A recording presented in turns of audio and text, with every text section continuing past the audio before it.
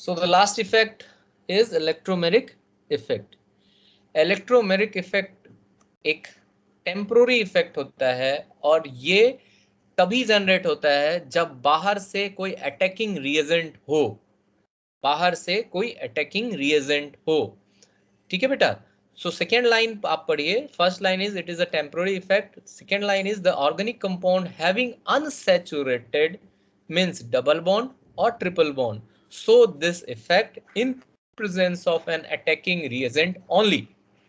It is defined as the complete transfer of shared pair electrons to one of the atoms joined by multiple bond on the demand of the attacking reagent. इसका मतलब अभी तुरंत समझ में आ जाएगा, थोड़ा सा इसको आगे भी देख लीजिए। The effect is annulled as soon as attacking reagent is removed from the domain of the reaction. ये इफेक्ट तुरंत खत्म हो जाता है अगर आप अटैकिंग रिएजेंट को हटा लो, इसीलिए ये टेम्पोररी इफेक्ट है। It is represented by E, E means electromeric effect, and the shifting of electron is denoted by the curved arrow. जिधर से इलेक्ट्रॉन शिफ्ट जिधर को हो रहा है, एरो उधर ही डायरेक्शन में दिखा रहा है। Arrow is pointing towards the shifting of electrons. When inductive and electromagnetic effect operate in opposite direction, the electromagnetic effect predominates. अब यहाँ पे देखना, इलेक्ट्रोमेरिक और इंडक्टिव इफेक्ट अगर एक दूसरे को कॉन्ट्राडिक्ट करे तो आप इलेक्ट्रोमेरिक इफेक्ट को ज्यादा प्रिडोमिनेंट देना, ये बोल रहा है। There are two distinct types of electromagnetic effect. The first one is positive electromagnetic effect. आप देखो क्या है बेटा, ये C डबल बॉन्ड C है, इसमें एक अटैकिंग रिएजेंट हमने डाला है H प्लस, एक H प्लस डाला है। तो अब ये जो डबल बॉन्ड है बेटा ये ब्रेक होगा, तो ब्रेक होने में ये इलेक्ट्रॉन इसको देगा, है ना। तो ये पॉजिटिव और ये नेगेटिव यहाँ पे बनेगा, तभी आपका हाइड्रोजन ये यहाँ पे अटैक कर पाएगा। तो जो अटैकिंग रिएजेंट जिस कार्बन पे अटैक करेगा वहां पे नेगेटिव चार्ज उसको चाहिए, इस वजह से ये यहां से इलेक्ट्रॉन विड्रॉ करेगा। तो क्या हुआ, मूवमेंट ऑफ इलेक्ट्रॉन हुआ, टोटल इलेक्ट्रॉन डिस्प्लेसमेंट इफेक्ट है। और यहाँ पे चार्ज कंप्लीटली मूव कर रहा है, जो पाई बॉन्ड है ये कंप्लीटली मूव कर रहा है और इस पे पॉजिटिव चार्ज जनरेट कर रहा है, जो इन्होंने यहाँ पर बताया। ये बताया क्या है बेटा कि इसमें क्या है कि defined as the complete transfer of shared pair of electrons, complete transfer हो रहा है ना, इस तरीके से। तो जो फर्स्ट है उसमें आपका जो पॉजिटिव ग्रुप है, इस पॉजिटिव टाइप के ग्रुप को H प्लस हो या कोई और पॉजिटिव ग्रुप हो वहां पे, इस टाइप के ग्रुप को बोलते हैं electrophilic reagent, electrophilic reagent. Electro मतलब इलेक्ट्रॉन, फिलिक मींस लवर, जो इलेक्ट्रॉन को लव करता हो, वांट करता हो, चाहता हो, वही इलेक्ट्रोफिलिक होगा। इलेक्ट्रॉन को कौन चाह सकता है, जो खुद पॉजिटिव हो। Electron is negative charge particle, उसको कौन डिमांड कर सकता है, कौन उसके साथ अटैच हो सकता है, जो खुद पॉजिटिव हो। तो all positive reagents are electrophilic reagent. Another example is suppose Cn minus. Cn minus is nucleophilic reagent. Nucleophilic reagent. All negatively charged reagent will be nucleo. Nucleo means nucleus. Nucleus having positive charge only. Nucleus having protons only. So they are positive charged particles, positive charged area. And philic means lover. So anything which love positive should have a negative charge. So it is negatively charged particle. Maybe a lone pair also love nucleophile. So एक lone pair वाला group भी आपका nucleophilic हो सकता है। Okay, तो दो type का इफेक्ट है, plus E effect. Plus E effect में आपका पॉजिटिव ग्रुप अटैक करेगा और इलेक्ट्रॉन एक साइड से विड्रॉ होकर दूसरे साइड आएगा, यहाँ पॉजिटिव होगा यहाँ नेगेटिव होगा, इलेक्ट्रॉन ऐसे विड्रॉ होगा। ठीक है, अभी इसको इरेज कर रहे हैं ताकि आगे का भी कहानी पढ़ सकें। दूसरा इफेक्ट है जिसमें नेगेटिव ग्रुप अटैक करता है, और नेगेटिव ग्रुप में क्या होता है कि जैसे आप ये इलेक्ट्रॉन विड्रॉ किया तो एक होता है नेगेटिव, एक होता है पॉजिटिव। तो इसके पास ऑलरेडी नेगेटिव है तो ये पॉजिटिव वाला पे जाके जुटेगा, पॉजिटिव वाले पे जाके जुटेगा। तो जो ये है ये इलेक्ट्रॉन जिसपे ये जुड़ रहा है वो कार्बन के पास इलेक्ट्रॉन होना चाहिए, ये जिसपे जुड़ रहा है उस कार्बन के पास पॉजिटिव होना चाहिए। तो shifting of electron both way is possible, दोनों डायरेक्शन में इलेक्ट्रॉन का शिफ्टिंग हो रहा है, इसीलिए एक इफेक्ट को पॉजिटिव इलेक्ट्रोमेरिक और दूसरे को नेगेटिव इलेक्ट्रोमेरिक इफेक्ट बोलेंगे। Cn माइनस कैसा रिएजेंट है, इलेक्ट्रोफिलिक या nucleophilic? Cn minus is nucleophilic. All negatively charged reagent or lone pair containing reagent will have nucleophilic property. Nucleon lover, positive lover is negative.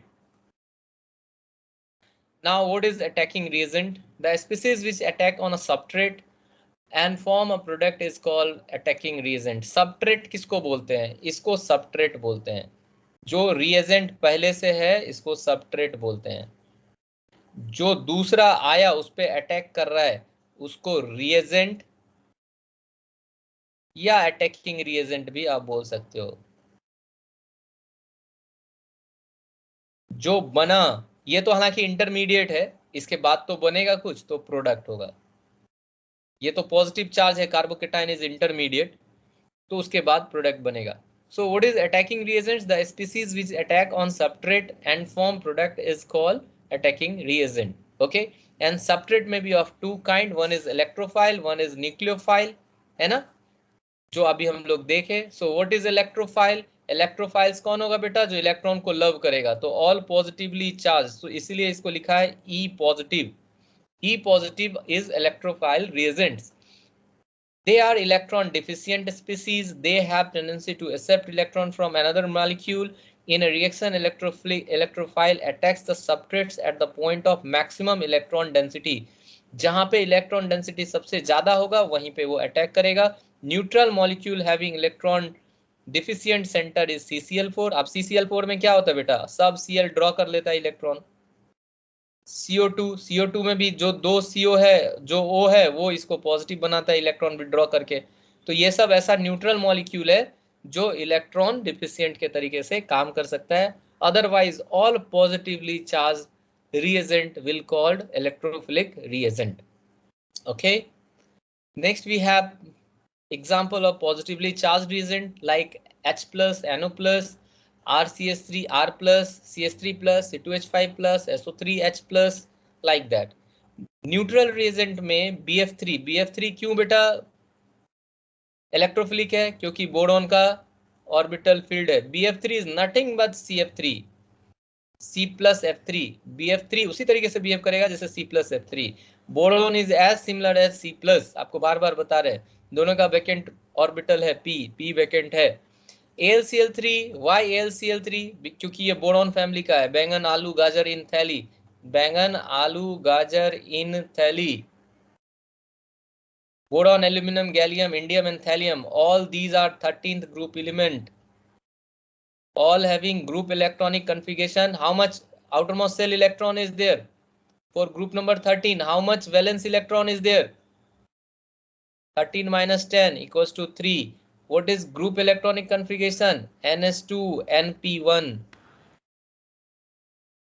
So all having vacant p orbital। p में 3 orbital है, एक ही electron है, सबके पास vacant p orbital पड़ा हुआ है, इसलिए all are electron deficient, all are Lewis acid, all are electrophiles, all are electrophiles। AlCl3, similarly SO3, ZnCl2, BeCl2, FeCl3, SnCl2, all are electrophilic reagents। इसमें FeCl3, AlCl3 ये काफी use होता है, इसका इस्तेमाल हम लोग आगे देखेंगे इलेक्ट्रोफिलिक एरोमेटिक सब्स्टिट्यूशन रिएक्शन में।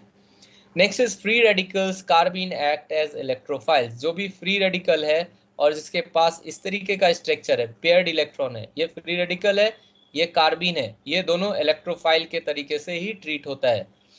Transition metal cations are electrophiles, Fe+3, Fe+, Ag+, all positive charge particles are electrophiles, we already know that।